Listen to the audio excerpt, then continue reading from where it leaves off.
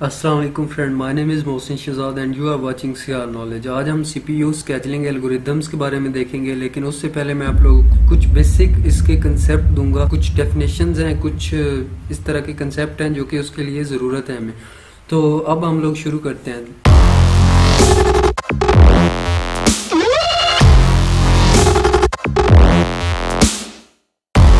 CPU scheduling में हमारे पास आ जाता है। सबसे पहले स्केजुलिंग क्या होती है? स्केजुलिंग एक मेथड है कि हम रिसोर्सेज को उनका काम असाइन करते हैं।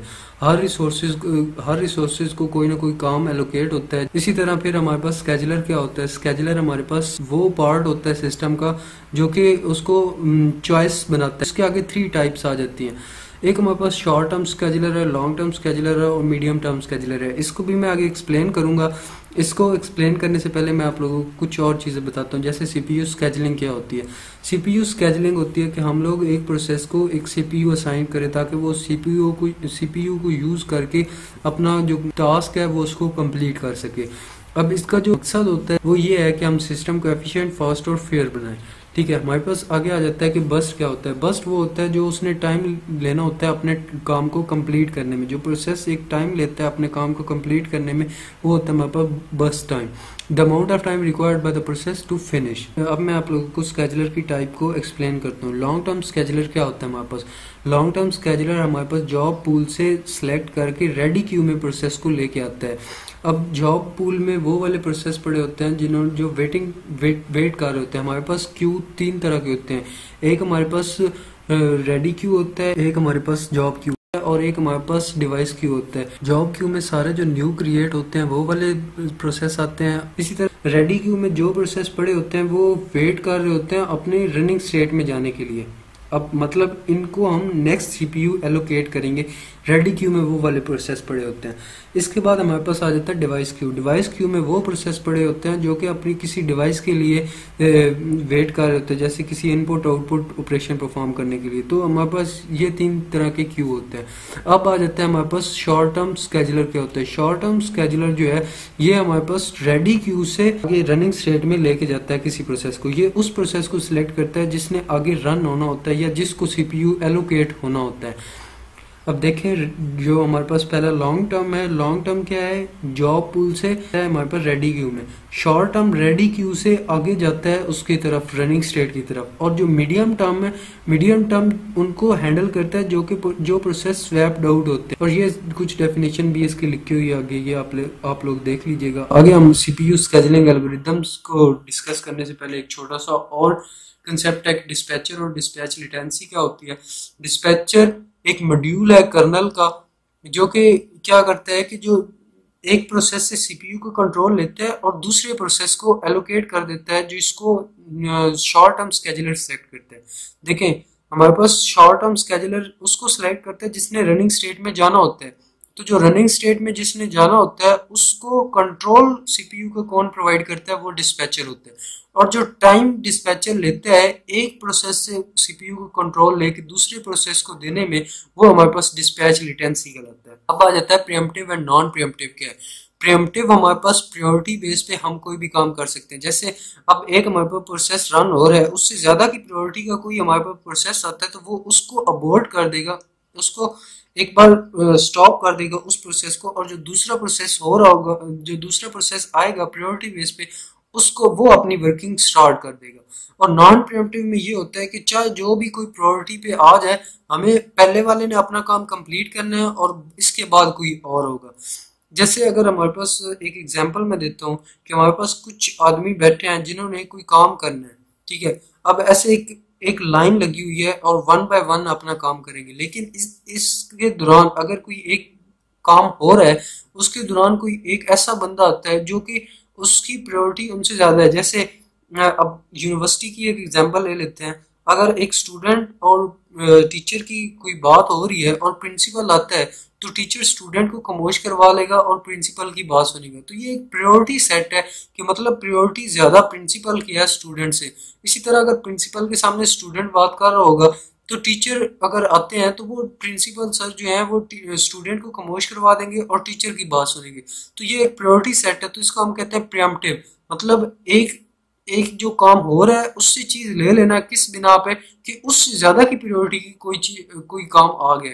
तो इस तरह हमारे पास नॉन प्रिएम्प्टिव वो होता है कि कोई भी किसी को किसी पे प्रायोरिटी नहीं है। इसके बाद हमारे पास क्राइटेरिया आ जाता है सीपीयू स्केजुलिंग का। इसके क्राइटेरिया में हमारे पास सीपीयू यूटिलाइजेशन आ जाती है, थ्रूपुट आ जाती है, टर्न अराउंड टाइम आ जाता है और हमारे पास आ जाता है वेटिंग टाइम और रिस्पॉन्स टाइम। सीपीयू यूटिलाइजेशन का क्या मतलब है? सीपीयू यूटिलाइजेशन का मतलब है हमने सीपीयू को बिजी रखना है जितना हो सके। अब इधर उसने बताया हुआ है कि जो रियल सिस्टम है उसमें उसकी रेंज 40% है, जितनी भी लाइटली लोड अगर आप लोग करते हो, ज्यादा लोड नहीं करते, और 90% 40% लाइटली लोड और 90% आप हैवीली लोड यूज कर सकते हो सिस्टम को। अब थ्रूपुट हमारे पास क्या होती है? प्रोसेस को एग्जीक्यूट करने में सीपीयू बिजी है, इसका मतलब कोई काम हो रहा है, एक टाइम में कितने काम हो रहे हैं वो हमारे पास आ जाता है थ्रूपुट, और हमने थ्रूपुट को ही मैक्सिमाइज करना है। यहाँ पर लिखा हुआ है 1 measure of work is the number of process completed पर टाइम, ये हमारे पास थ्रूपुट होती है। टर्न अराउंड टाइम क्या होता है? The interval from the time of submission to the time of completion. देखिए जब वो जाता है हमारे पास रनिंग स्टेट में तब से लेके जब तक वो कंप्लीट करता है वो हमारे पास टर्न अराउंड टाइम कहलाता है। इसके बाद हमारे पास वेटिंग टाइम क्या होता है? वेटिंग टाइम हमारे पास वो टाइम होता है जो कि उसने स्पेंड किया होता है रेडी क्यू में, वो हमारे पास वेटिंग टाइम कहलाता है। रिस्पॉन्स टाइम क्या होता है? रिस्पॉन्स टाइम वो होता है जब रिक्वेस्ट करता है, it is the time from the submission of a request until the first response is produced. जब वो रिक्वेस्ट करता है सीपीयू के लिए तब से लेके जब तक उसको पहला रिस्पॉन्स मिलता है, वो हमारे पास फर्स्ट टाइम जो उसको रिस्पॉन्स मिलता है वो हमारे पास होता है उसका रिस्पॉन्स टाइम। अब आ जाते हैं हमने कौन से एल्गोरिदम करने हैं। स्केजुलिंग एल्गोरिदम में हम लोग करेंगे first come first serve algorithm, shortest job first, priority scheduling, round robin scheduling algorithm और मल्टी लेवल क्यू और multi level feedback queue scheduling. सिर्फ आज हम जो करेंगे वो होगा first come first serve algorithm होगा। First come first serve algorithm हमारे पास बिल्कुल ही सिंपल सा एल्गोरिदम है। सिंपल से इसका मतलब ये क्यू की तरह, जो पहले आएगा वो पहले काम करेगा, जो बाद में आएगा वो बाद में काम करेगा, किसी को किसी पे कोई प्रायोरिटी नहीं है। जो पहले काम हो रहा है वो पहले काम होगा, जो फिर उसके बाद होगा, इसी तरह उसके एक प्रोसेस चलता रहेगा। यही डिटेल इधर लिखी हुई है सामने कि जो पहले आएगा उसको पहले सीपीयू मिल जाएगा, इसी तरह फिर आगे चलता जाएगा। मतलब फर्स्ट इन फर्स्ट आउट की तरह काम हो रहा है, जैसे क्यू में हम लोग काम करते हैं। और जो अभी मैं एग्जांपल करूंगा ये होगी नॉन प्रिएम्प्टिव, मतलब कोई प्रायोरिटी भी सेट नहीं होगी। ये एक एग्जांपल है। सपोज यहाँ पर हमारे पास 3 प्रोसेस दिए हुए हैं, उनका बर्स्ट टाइम भी दिया हुआ है लेकिन अराइवल टाइम नहीं दिया हुआ। जब अराइवल टाइम नहीं दिया हुआ तो हम लोग इसको अपने मुताबिक किसी भी सीक्वेंस में रख सकते हैं, ठीक है। P1 P2 P3 रख लेते हैं इनका सीक्वेंस, या कोई और सीक्वेंस जैसे आपको ठीक लगे आप कोई भी सीक्वेंस रख सकते हैं, क्योंकि अराइवल टाइम नहीं दिया हुआ। जितने टाइम तक इन्होंने सीपीयू को यूज करना है ये हमारे पास है बस टाइम। अब इसका एक सीक्वेंस दिया हुआ है ये नीचे, अब इसका नीचे मैंने गैंट चार्ट भी बना दिया। तो मैंने इसका एक सीक्वेंस लिया P1 P2 P3, तो हमने इसका गैंट चार्ट बना दिया। मतलब 0 से स्टार्ट करना है हमने, 0 पे हमारे पास P1 आ गया, P1 ने 24 तक यूज करना है सीपीयू को, 24 पे जाकर उसने खत्म कर देना। तो 24 यूनिट टाइम जो है P1 को रिक्वायर्ड है, 24 पे जाकर ये P1 हमारे पास फिनिश हो गया। फिर P2 आएगा और इसी तरह फिर P3, और जितना टाइम उन्होंने लेना है वो इसके साथ आगे ऐड होता जाएगा। अब मैं इसकी एक और एग्जांपल देता हूँ, इसके साथ मैं आप लोगों को completion time, turn around time, waiting time, average waiting time, इन चीजों के बारे में भी मैं आप लोगों को बताऊंगा। तो ये एक हमारे पास एक और एग्जांपल आई है, इसमें हमारे पास 5 प्रोसेस है। अब इन 5 प्रोसेस में हमारे पास अराइवल टाइम भी दिया हुआ है। अब हमने इसका गैंट चार्ट बनाना है। अब गैंट चार्ट हमने बनाना है तो सबसे पहले देखेंगे कि हमारे पास अराइवल टाइम किसका है। अराइवल टाइम हमारे पास सबसे पहले P2 का है, तो हमने इधर अपने जो 0 से स्टार्ट करना है तो हमारे पास P2, और इसने सीपीयू को यूज कब तक करना है? 1 तक। इसका जो हमारे पास बस टाइम है वो है 1, तो हमने इस जगह पर इसका कंप्लीट जो इसने अपना काम करना है वो 1 तक कर लिया। 1 पे हमारे पास कोई भी प्रोसेस नहीं है जो कि अराइव हुआ हो, तो हमारे पास जो 1 से लेके 2 तक का जो हमारे पास टाइम है इसमें हमारे पास सीपीयू जो है ये आइडियल रहेगा। अब ये जो लाइन है ये बता रही है कि हमारे पास 2 तक जो है ये आइडियल जाएगा। अब हमारे पास 2 पे कोई प्रोसेस है जो अराइव हो रहा हो, 2 प्रोसेस है, एक P1 है और एक P3 है। अब हमने क्या करना है, अब हम डिसाइड, देखिए पहले तो हम डिसाइड कर रहे थे कि जो पहले आया वो पहले जाएगा, लेकिन अब यहाँ पर दो प्रोसेस सेम टाइम पे आ गए हैं। अब सेम टाइम पे प्रोसेस आए हैं तो अब हम लोगों ने क्या करना है, अब हम उनको राइटिंग को देखेंगे कि हमने उसको किस तरीके से लिखा है। अगर हम लोग लिखते ना, देखिए यहाँ पर P3 और P1 आ रहा है, लेकिन P3 से पहले P1 लिखने में आया है, जो इस साइड पे लिखने में है वो P1 पहले आया P3 से, लेकिन दोनों को राइवल टाइम सेम है। तो इस लिहाज से क्योंकि राइटिंग वे में हम लोगों ने उसको पहले लिखा है, तो हम लोग जो P1 है उसको पहले लिख लेंगे। P1 ने कितना टाइम लेना है, P1 का बस टाइम है 2, P1 का बस टाइम 2 है, तो अब 2 पहले है और इधर फिर 2, 2 + 2 4। इसके बाद आ जाएगा P3 और फिर हमारे पास अराइवल टाइम के मुताबिक हम लोग देखते जाएंगे जिसका अराइवल टाइम जैसे आता जाएगा। तो देखिए सबसे पहले P2 आया था, उसका हमारे पास जो बस टाइम था वो हमारे पास था 1, उसको सिर्फ 1 यूनिट टाइम चाहिए था CPU को यूज करने के लिए, तो उसने वो यूज किया। उसके बाद हमारे पास 1 से लेकर 2 तक हमारे पास CPU आइडियल रहा, और फिर हमारे पास P1 और P3 दोनों एट द सेम टाइम आए। तो हमने उनकी राइटिंग को देखा कि हमने उनको किस अरेंजमेंट में लिखा है, P1 पहले आ रहा है P3 बाद में आ रहा है, तो हमने इस वजह से P1 एलोकेट कर दिया, P1 को एलोकेट CPU कर दिया। और P1 ने कितना बस टाइम था 2, तो P1 मतलब 2 से स्टार्ट हुआ तो 4 तक गया, और हमने 2 + 2 किया तो 4 आ गया। इसी तरह फिर हमारे पास P3 आएगा, P3 का हमारे पास अराइवल टाइम 2 ही है, लेकिन अब 4 से वो स्टार्ट हो रहा है और उसको बस टाइम जितना है वो 3 तक है, तो 4 + 3 7। इसी तरह फिर हमारे पास आ जाएगा आगे जो नेक्स्ट हमारे पास अराइवल टाइम आता है वो है P4, क्योंकि उसका अराइवल टाइम है 3, तो P4 आएगा। और P4 मतलब कितना उसने बस टाइम लेना है वो है 5, तो 7 + 5 = 12।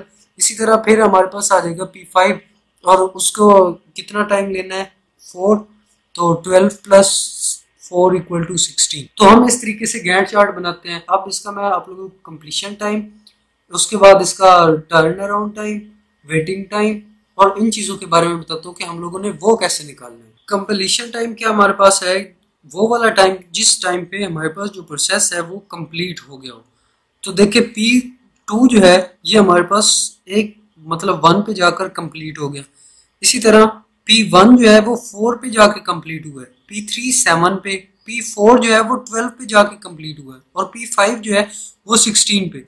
तो हमने इसका जो CT है, जो कंप्लीशन टाइम है, वो P1 का कितना है हमारे पास 4, P2 का हमारे पास 1 है, और P3 का हमारे पास 7 है, P4 का हमारे पास 12 है, और P5 का हमारे पास 16। देखिए गैंट चार्ट पे देखिए P0 स्टार्ट कहाँ से हुआ था 0 से, और एंड कहाँ पर हो रहा है 1 पे, तो इसका कंप्लीशन टाइम कहाँ पर है 1 तक, उसने अपना काम खत्म कर लिया। इसी तरह P1 जो है वो कंप्लीशन टाइम कितना है उसका 4 पे जाके उसने खत्म किया। इसी तरह हमारे पास जो आगे नेक्स्ट आ जाता है हमारे पास P3 ने हमारे पास 7 पे जाकर खत्म किया, और फिर हमारे पास आ जाता है P4 12 एंड P5 16। तो ये हमारे पास कंप्लीशन टाइम आ जाता है। अब हम चलते हैं टर्न अराउंड टाइम की तरफ कि टर्न अराउंड टाइम क्या होता है, उसको हम कैसे निकालें। तो टर्न अराउंड टाइम हमारे पास क्या होता है, arrival time minus completion time. लेकिन हम इसको इस सेंस में भी ले सकते हैं कि वेटिंग टाइम प्लस बस टाइम जो है वो हमारे पास आ जाता है इसका टर्न अराउंड टाइम। अब इसका टर्न अराउंड टाइम हम कैसे निकालेंगे, देखिए हमारे पास अराइवल टाइम जो P1 का है वो क्या है 2, और उसका कंप्लीशन टाइम कितना है हमारे पास 4। तो ये 2 जो इसका अराइवल टाइम और ये 4 जो है इसमें से माइनस कर देंगे, तो अराइवल टाइम हमारे पास 2 है, कंप्लीशन टाइम हमारे पास 4 है, तो इसका टर्न अराउंड टाइम हमारे पास कितना आ जाएगा 2। तो इसी तरह फिर हमारे पास 2 इसका अराइवल टाइम कितना है 0, हमारे पास कंप्लीशन टाइम 1, तो 1 आ जाएगा इधर। P3 का हमारे पास कंप्लीशन टाइम 7 है और अराइवल टाइम 2 है, तो हमारे पास इधर 5 आ जाएगा। इसी तरह P4 का जो हमारे पास कंप्लीशन टाइम वो 12 है और अराइवल टाइम 3 है, 12 - 3 अगर हम लोग करते हैं तो हमारे पास 9 आ जाता है, तो हमने इसका टर्न अराउंड टाइम 9 लिख देना है। इसी तरह P5 है, इसका टर्न अराउंड टाइम हमारे पास 12 आ जाएगा। अब हम देखते हैं कि हम वेटिंग टाइम कैसे निकालते हैं। वेटिंग टाइम हमारे पास होता है टर्न अराउंड टाइम माइनस बस टाइम। तो टर्न अराउंड टाइम हमारे पास P1 का कितना है 2, और बस टाइम हमारे पास कितना है 2, तो हमने दोनों को माइनस करना है, तो हमारे पास यहाँ पर आ जाएगा 0। इसी तरह हमारे पास दूसरा P2 का कितना है 1 और बस टाइम कितना है 1, तो हमारे पास 0 आ जाएगा। इसी तरह P3 का हमारे पास 5 है और बस टाइम 3 है, तो यहाँ पर 2 आ जाएगा। इधर टर्न अराउंड टाइम जो P4 है उसका 9 है और बस टाइम इसका 5 है, तो हमारे पास यहाँ पर 4 आ जाएगा। इसी तरह यहाँ पर P5 का जो टर्न अराउंड टाइम वो 12 है और जो P5 का बस टाइम वो 4 है, तो हमारे पास यहाँ 8 आ जाएगा। रिस्पॉन्स टाइम के बारे में मैंने जैसे कि आप लोगों को पहले बताया था कि जो पहली बार उसको रिस्पॉन्स मिलता है वो होता है उसका रिस्पॉन्स टाइम। अब देखिए P2 है, ये अराइव कब हुआ था 0 पे ही, इसको रिस्पॉन्स भी कब मिला 0 पे ही, तो हमने इधर 0 लिख दिया इसके रिस्पॉन्स टाइम में। इसी तरह P1 जो है ये तो 2 पे आया और इसको रिस्पॉन्स फर्स्ट कब मिला, फिर भी 0 आ गया। इस तरह P3 जो है इसको फर्स्ट रिस्पॉन्स कब मिला, P3 आया 2 पे था, उसको फर्स्ट रिस्पॉन्स 4 पे मिला। मतलब इधर उसने जो स्टार्ट किया था वो अपने 4 से स्टार्ट किया था, लेकिन वो आया कब था 2 पे, तो हमारे पास यहाँ पर 4 - 2 2। इसी तरह हमारे पास P4 आ जाता है। P4 हमारे पास आया कब था 3 पे और रिस्पॉन्स उसको कब मिला 7 पे, तो हम लोगों ने देखे 7 - 3 = 4। इसी तरह P5 है, आया कितने पे था 4 पे, अराइवल टाइम उसका 4 है, लेकिन इधर उसको रिस्पॉन्स कब मिला 12 पे, 12 - 4 8। तो देखिए हम कह सकते हैं कि जो हमारा वेटिंग टाइम है वो रिस्पॉन्स टाइम के इक्वल है नॉन प्रीएम्प्टिव में। जब हमारे पास नॉन प्रीएम्प्टिव हो, कोई प्रायोरिटी सेट ना हुई हो, तो हमारा वेटिंग टाइम और रिस्पॉन्स टाइम सेम होता है। अब हम देखते हैं problem first come first serve की। जो फर्स्ट कम फर्स्ट सर्व की प्रॉब्लम है, एक तो ये नॉन प्रीएम्प्टिव है, हम उसको तब तक उसका वेट करते रहेंगे जब तक वो कंप्लीट नहीं करता। और अगर हमारे पास एक बड़ा प्रोसेस आ जाता है, जैसे एक एग्जांपल मैंने दी थी आप लोगों को शुरू में, ये एक एग्जांपल मैंने आप लोगों को दी थी, तो ये प्रोसेस इनसे बड़ा है इनसे, तो इनका जो वेटिंग टाइम इसका होगा वो उस लिहाज से ज्यादा होगा वेटिंग टाइम इसमें। लेकिन अगर आप लोग देखें तो अगर हम इसको उल्टा चलाएं, जैसे P3 और P2 और देन P1, तो वेटिंग टाइम और होगा। इसके बाद दूसरा जो होता है, अगर हमारे पास जब अराइवल टाइम नहीं दिया हुआ तो हम इम्प्रॉपर करते हैं, कोई हमें मतलब प्रॉपर तरीका नहीं होता, जो जिसने जैसे आना है उसको वैसे ही काम करते जाना है। एंड देन थर्ड हमारे पास इसका जो आ जाता है वो ये कि इसमें रिसोर्स यूटिलाइजेशन पुअर होती है। वो कैसे, क्योंकि अब एक जो आया है उसमें पैरेलल काम नहीं होता, जो एक बार आया जिसको एक बार सीपीयू एलोकेट हो गया अब उसी ने काम कर रहे हैं, बाकी वाले जो है वो वेट करते रहे। थोड़े से रिसोर्सेज लेने थे, अब वो उन पे काम कर रहे हैं, लेकिन बाकी वाले वैसे ही उस पे वेट कर रहे हैं। अब एक और बात जो बतानी थी वो ये है कि हम इसका अगर एवरेज निकालें, तो एवरेज निकालना आप सब लोगों को आता होगा उम्मीद करता हूँ, लेकिन फिर भी मैं आप लोगों को बता देता हूँ कि एवरेज कैसे निकालते हैं। देखिए एवरेज निकालनी हो तो हमने इसका, अगर हमने कंप्लीशन टाइम की एवरेज निकालनी हो तो इन सबको प्लस करना है, जो ये सारे हैं इन सबको प्लस करना है, और जितने हमारे पास प्रोसेस है, क्योंकि इस एग्जाम्पल में हमारे पास 5 प्रोसेस हैं, तो उनको 5 पे डिवाइड कर देना है, तो उनका एवरेज हमारे पास आ जाएगी। इसी तरह एवरेज टर्न अराउंड टाइम भी इसी तरह हमने इन सारे को प्लस करना है, जो इनका टाइम आया है इन सबको प्लस करके डिवाइडेड बाय 5 कर देने। 5 क्यों करने, क्योंकि हमारे पास टोटल नंबर ऑफ प्रोसेस 5 है, अगर 6 होते तो हमने 6 पे डिवाइड करना था। इसी तरह जितने हमारे पास नंबर ऑफ प्रोसेसेस होंगे हमने उन पे टोटल डिवाइड करके उसकी एवरेज निकालनी थी। इसी तरह वेटिंग टाइम और रिस्पॉन्स टाइम भी निकालना है। तो ये था हमारा आज का लेक्चर। नेक्स्ट लेक्चर में मैं आप लोगों को बताऊंगा कि शॉर्टेस्ट जॉब फर्स्ट पे काम हम कैसे करते हैं, उसका मैं आप लोगों को गैंट चार्ट के बारे में बताऊंगा, average waiting time, turn around time, waiting time, response time, completion time, इन सारी चीज़ों पे बात होगी इंशाल्लाह डिटेल में। मिलते हैं नेक्स्ट वीडियो में। अगर आप लोगों को ये वाली वीडियो अच्छी लगे तो लाइक शेयर और सब्सक्राइब लाजमी कीजिएगा और बेल आइकन को भी दबाइएगा ताकि आपको लेटेस्ट अपडेट मिलती रहे।